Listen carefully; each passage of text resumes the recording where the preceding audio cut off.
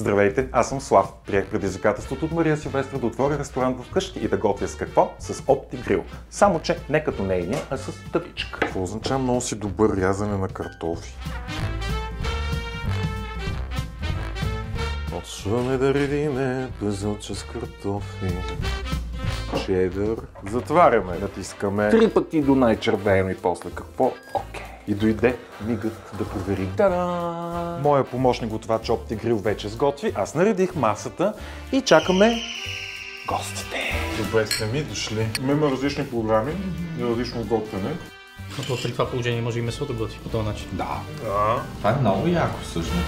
Така. Доста приятелно. Но това е супер вкусно. Да отвориш ресторант вкъщи е много голяма забава благодарение на OptiGrill. Аз пък предизвиквам Прея, както и всички вас. А за повече информация проверете в сайта.